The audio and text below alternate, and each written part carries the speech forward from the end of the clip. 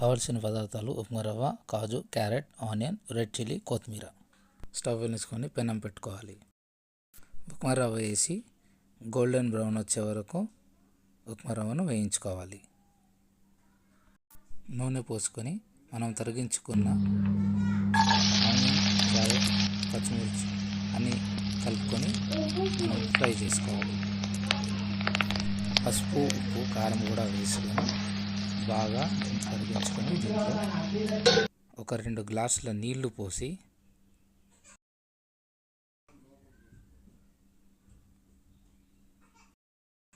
కొంచెం ఉడకనివ్వాలి.